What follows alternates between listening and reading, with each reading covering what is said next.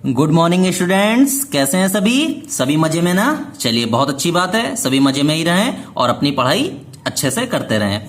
पिछली वीडियो में हम लोगों ने देखा बेटा कि किसी भी वर्नियर स्केल से हम उसका एक्सटर्नल डायमीटर कैसे निकालते हैं, और आज की वीडियो में हम देखने जा रहे हैं कि किसी भी वर्नियर स्केल की हेल्प से हम उसका इंटरनल डायमीटर कैसे निकालते हैं। इंटरनल डायमीटर निकालने के लिए आपको एक चीज बहुत अच्छे से ध्यान रखनी है कि इंटरनल डायमीटर केवल उन्हीं चीजों का निकल सकता है जो अंदर से हॉलो हो। अगर कोई सॉलिड बॉडी है तो उसका अंदर से हम डायमीटर नहीं निकाल सकते हैं, तो हम कोई हॉलो बॉडी होगी तो उसका हम इंटरनल डायमीटर निकालेंगे। कुछ चीजें आपको फिर से एक बार रिकैप करा देते हैं कि इसका लीस्ट काउंट अगर आपको नहीं क्लियर है तो आप पिछली वीडियो जरूर देखिए। तो लीस्ट काउंट का मतलब कि हम उस स्केल से कितना मिनिमम मेजरमेंट कर सकते हैं। तो वर्नियर स्केल हमारा 1 सेंटीमीटर को 100 इक्वल पार्ट्स में डिवाइड करता है, तो इसका लीस्ट काउंट आ जाएगा 1/100, that is 0.01 centimetre.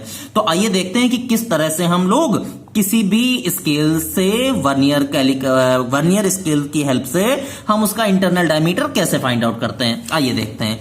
Vernier scale हमारा कुछ इस तरह से दिखाई देता है। अभी तक आप लोगों ने देखा था कि जब कभी हम क्या करते थे, एक्सटर्नल डायमीटर निकालते थे, तो कोई भी सॉलिड बॉडी हम यहां पर नीचे की तरफ स्केल में यहां पर फंसाते थे। लेकिन अब हम क्या करेंगे कि अब जब भी कभी हमें इंटरनल डायमीटर फाइंड आउट करना है तो इस स्केल को हम क्या करेंगे, कम या ज्यादा कर कर ऊपर के गैप में हम इस तरह से एडजस्ट करेंगे कि वो हॉलो बॉडी इस स्केल के दोनों पॉइंट्स के बीच में इस तरह से फंस जाए कि ना वो बहुत ज्यादा टाइट हो और ना बहुत ज्यादा लूज हो। ठीक है ना।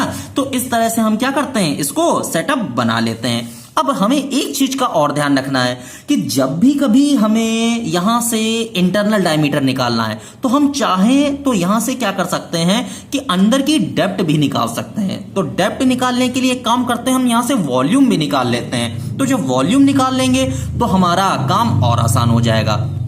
हम जानते हैं कि अगर हम वॉल्यूम निकालें तो वॉल्यूम का फॉर्मूला होता है, हम जानते हैं कि हम लोग लिख सकते हैं, आप इस फॉर्मूले को ध्यान दीजिए कि वॉल्यूम की जगह हम लोग लिख सकते हैं एरिया इंटू हाइट। भाई जानते हैं वॉल्यूम का मतलब length into breadth into height. Length into breadth को हमने एरिया लिख दिया है, तो एरिया इंटू हाइट। अब एरिया की जगह हम चाहें तो पाई आर स्क्वायर लिखा जा सकता है, और रेडियस की जगह डायमीटर बाई 2 लिखा जा सकता है, तो d बाई 2 का स्क्वायर इंटू एच। तो ओवरऑल फॉर्मूला हमारा क्या बन जाएगा, pi d to the power 2 into H, और जो अपॉन वाला 2 था उसका स्क्वायर बन के 4 हो जाएगा। तो यहां से ये फॉर्मूला निकल कर आ गया। अब आपको देखना क्या है, क्या चेंजेस आ रहे हैं, कोई खास चेंजेस नहीं। अब आपको ध्यान क्या रखना है, हर बार की तरह आप ये जानते हैं कि जो ये अंदर वाला स्केल होता है, ये जो ब्लू कलर वाला स्केल है, ये कहलाता है हमारा मेन स्केल, जिसको हम पहले से ही जान चुके हैं। और ये जो ऊपर फिक्स होता है ये हमारा कहलाता है वर्नियर स्केल। अब जब कभी हम लोग बॉडी को क्या करते थे, नीचे की ओर एक्सटर्नल डायमीटर निकालने के लिए यहां पर फंसाते थे, तो हम वर्नियर की नीचे की ओर ड्रॉ हुई लाइंस को देखते थे और उस लाइन को मेन स्केल के साथ कॉन्साइड कराते थे। लेकिन अब जब हम बॉडी को क्या कर रहे हैं, ऊपर की ओर फंसा रहे हैं, तो सेम जैसी नीचे लाइंस होती थी वर्नियर में, सेम वैसी ही लाइंस हमारी वर्नियर स्केल में टॉप साइड ऊपर की ओर भी होती हैं।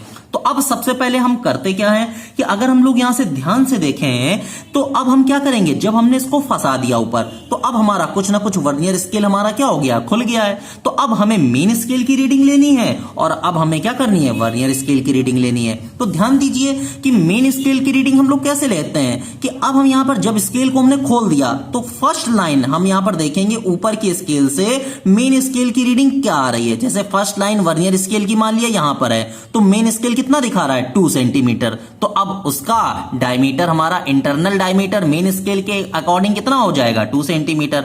By the way first line हमारी 2.2 के सामने आ रही है, तो मेन स्केल की रीडिंग हो जाएगी 2.2 सेंटीमीटर। तो आपको मेन स्केल की रीडिंग निकालनी समझ में आ गई। अब हम ध्यान क्या करते हैं कि हर बार की तरह आइए जरा देखते हैं कि रीडिंग लिखेंगे कैसे। सबसे पहले दिया गया है वर्नियर कांस्टेंट। हम जानते हैं कि लीस्ट काउंट निकालने का तरीका क्या होता है कि हम जानते हैं एक कॉलम की वैल्यू और अपॉन उस कॉलम में डिविजन्स की नंबर। तो हम जानते हैं कि ये 1 सेंटीमीटर को 100 इक्वल कॉलम्स में डिवाइड करता है, मतलब 1/100, मतलब आ जाएगा 0.01 सेंटीमीटर। हर बार की तरीका ये आ गया। मिलीमीटर में हमें निकालने की जरूरत नहीं है। जीरो एरर, भैया जो हम ऑपरेटर यूज कर रहे हैं उसमें कोई भी एरर नहीं है, तो कोई भी एरर यहां पर नहीं है, इसमें चाहे तो हम लोग निल भी लिख सकते हैं। तो अब देखिए हम लोग रीडिंग कैसे निकालते हैं, आइए पता करते हैं। सबसे पहले रीडिंग जब हम लोग लेंगे तो नंबर 1 यहां पे लिखते हैं। तो मेन स्केल की रीडिंग सपोज करिए हम यहां से ही लेना चाहते हैं, तो इस स्केल में देखते हैं, तो ये जो यहां पर लाइंस बनी होंगी इसके सामने हम लोग देखेंगे कि रीडिंग लगभग हमारी आ रही है 2.1। तो हम यहां पर क्या करते हैं, मेन स्केल की रीडिंग यहां पर रख देते हैं हम लोग 2.1, और वो भी किसमें, ऊपर सेंटीमीटर में। अब वर्नियर स्केल हमें हर बार की तरह जैसे एक्सटर्नल डायमीटर निकालते थे, तो मेन स्केल की ये जो लाइंस हैं इनको हमें कॉन्साइड करवाना होता था वर्नियर स्केल की नीचे वाली लाइन से। अब जब हमें एक्सटर्नल की बजाय इंटरनल डायमीटर निकालना है, तो मेन स्केल्स की इन लाइंस को हम ये देखेंगे कि वर्नियर स्केल की कौन सी लाइन मेन स्केल के साथ बिल्कुल एक्यूरेट क्या कर रही है, ओवरलैप कर रही है। तो अब यहां से देखेंगे जो इस तरह से कुछ लाइंस बनी होती हैं वर्नियर पर, तो हम ये देखेंगे कि कौन सी ऐसी लाइन है जो मेन स्केल की लाइन को जस्ट ओवरलैप कर रही है। अगर मान लेते हैं कि सेकंड लाइन ओवरलैप कर रही है या थर्ड लाइन ओवरलैप कर रही है, तो उस लाइन का नंबर हम लोग नोट कर लेंगे कि मान के चलते हैं कि थर्ड लाइन हमारी क्या कर रही है, ओवरलैप कर रही है। तो जब थर्ड लाइन ओवरलैप कर रही है तो एन की वैल्यू यहां से हम लोगों ने क्या रख दी, 3 रख दी, ठीक है ना। और यहां पर अब लास्ट में हम लोग क्या करते हैं, n into vernier scale column, मतलब क्या, n इंटू इसको हम लोग लिख देते हैं लीस्ट काउंट, यानी कि लीस्ट काउंट से हम मल्टीप्लाई करते हैं। तो क्या आ जाएगा, यहां से हम लोग देखेंगे तो 3 इंटू लीस्ट काउंट था हमारा 0.01, यानी कि टोटल रीडिंग निकल कर आ गई 0.03, ठीक है ना। तो ये आ गई हमारी वर्नियर की वैल्यू। तो अब यहां पर हमें टोटल वैल्यू निकालनी है, तो टोटल वैल्यू का मतलब होता है मेन स्केल रीडिंग की वैल्यू और हमारी क्या प्लस हमारी वर्नियर स्केल की वैल्यू। मतलब कहने का सेंस क्या है कि 2.1 प्लस साथ में 0.03, तो ये वैल्यू निकल कर आ जाएगी 2.13। ये हमारा क्या हो गया, फर्स्ट रीडिंग निकल कर आ गई। जैसा कि हम लोग पिछली वीडियो में भी देख चुके हैं कि हमारी मेन स्केल की रीडिंग नहीं बदलती है, लेकिन हमें करना क्या है कि हमें 3 रीडिंग निकालनी है, तो हमें कुछ ना कुछ वेरिएशंस लेने हैं। अब जब कुछ ना कुछ वेरिएशंस लेने हैं तो हमें करना क्या होगा कि इस बॉडी को हम हल्का सा ऊपर या नीचे कुछ करके थोड़ा सा वेरिएशन चेक करेंगे।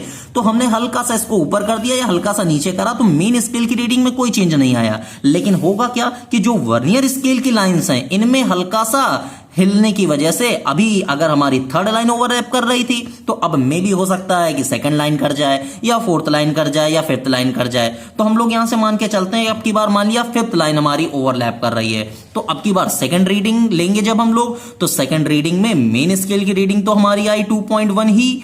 फिर इसके बाद हम लोगों ने क्या करा कि अब की बार हमने माना है कि फिफ्थ लाइन हमारी ओवरलैप कर रही है, तो अब की बार हम क्या करेंगे, 5 इंटू लीस्ट काउंट 0.01 से इसका मल्टीप्लाई, आ गई वैल्यू 0.05, टोटल वैल्यू 2.1 प्लस क्या 0.05, ऐड करेंगे आ गई वैल्यू 2.15।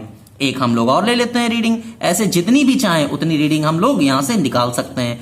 तो अब हम लोगों ने देखा कि 2.1, अब की बार मान लेते हैं 8th लाइन आ रही है हमारी, तो 8 इंटू 0.01, तो ये आ गई 0.08, ऐड करेंगे तो 2.1 प्लस 0.08, रीडिंग निकल कर आ गई 2.18। अब अगर हमने 3 रीडिंग निकाली हैं तो तीनों को ऐड करके हम 3 से डिवाइड कर दें, वो हमारा मीन आ जाएगा। या अगर हमने 5 रीडिंग निकाली हैं तो पांचों को ऐड करके हम क्या करेंगे, 5 से डिवाइड कर देंगे, तो वो हमारा मीन आ जाएगा। तो आइए देखते हैं कि हमारी रीडिंग किस तरह से आ सकती है। तो हम लोग जब क्या करते हैं कि इंटरनल डायमीटर निकाल रहे हैं कि किसी भी बीकर का, तो हम लोग कैसे निकालेंगे कि हमारा डायमीटर पहले आया 2.13, फिर इसके बाद आया 2.15, फिर इसके बाद आया 2.18, और 3 रीडिंग है तो तीनों को हमने 3 से डिवाइड कर दिया। क्या आ जाएगी वैल्यू निकलकर, 8, 2 10 और 3 13, 13 और 3 16 की 6, 1 कैरी, 1 1 2, 2 1 3, 3 और 1 4, और यहां से 2 2 4 और 2 6, 6.46 अपॉन क्या 3। अब इसको डिवाइड कर लेंगे तो 3 2 जा 6, 3 1 जा 3 और 3 2 जा 6, यानी कि 2.12 ये हमारा क्या आ गया, हमारा मीन डायमीटर आ गया। और करेक्शन था नहीं हमारा कोई, तो हम लोग यहां से क्या करेंगे, एक कॉलम हम लोग और बना देते हैं कि मीन डायमीटर। तो जब हम लोग यहां से मीन निकालेंगे तो इस वैल्यू का मीन निकल कर आ गया है 2.12। तो ये हमारा क्या आ जाएगा कि किसी भी सिलेंड्रिकल बॉडी का इंटरनल डायमीटर हमारा निकल कर आ गया 2.12 सेंटीमीटर। ठीक है ना, सारी रीडिंग सेंटीमीटर में थी। अब अगर बाय द वे कभी हमसे कह दिया जाए कि इसकी डेप्थ भी निकालनी है, तो डेप्थ हम लोग कैसे निकालते हैं, देखिए ध्यान से कि ये जो हमारा स्केल है इसको हम लोग क्या करेंगे, जब इसको हम लोग खोलेंगे आगे या पीछे करेंगे तो इसकी लेंथ कम या ज्यादा हो सकती है। तो उस डेप्थ के अंदर, जैसे कोई भी ये पॉट है तो पॉट के अंदर हम लोग क्या करेंगे, उस स्केल को पीछे से डाल देंगे, तो यहां से क्या कर सकते हैं, मेजरमेंट हम कर सकते हैं कि उसकी कितनी डेप्थ है। तो देखिए हम लोग क्या कर सकते हैं, कुछ इस तरह से इसकी डेप्थ का मेजरमेंट कर सकते हैं। ठीक है, तो जब डेप्थ की बात आएगी तो अब हम लोग क्या करेंगे कि मेन स्केल की रीडिंग एट इट इज वैसे ही ले लेंगे। अब फिर से वही देखेंगे कि मेन स्केल के साथ कौन सी लाइन कोइंसाइड कर रही है, उसको लीस्ट काउंट से मल्टीप्लाई कर देंगे, टोटल वैल्यू ले लेंगे, तो यहां से फिर से सेम काम करके अपना वही काम कर सकते हैं। तो इस तरह से क्या होगा कि उसका वॉल्यूम भी निकाल सकते हैं और उसकी डेप्थ भी हम पता कर सकते हैं। ठीक है ना, तो आई थिंक आपको ये वीडियो अच्छे से समझ में आ गई होगी। तो इस तरह से हमने आपको बता दिया कि वर्नियर स्केल की हेल्प से किसी भी गिवन बॉडी का इंटरनल डायमीटर और एक्सटर्नल डायमीटर कैसे फाइंड आउट करा जा सकता है। ठीक है ना, तब तक के लिए थैंक यू सो मच।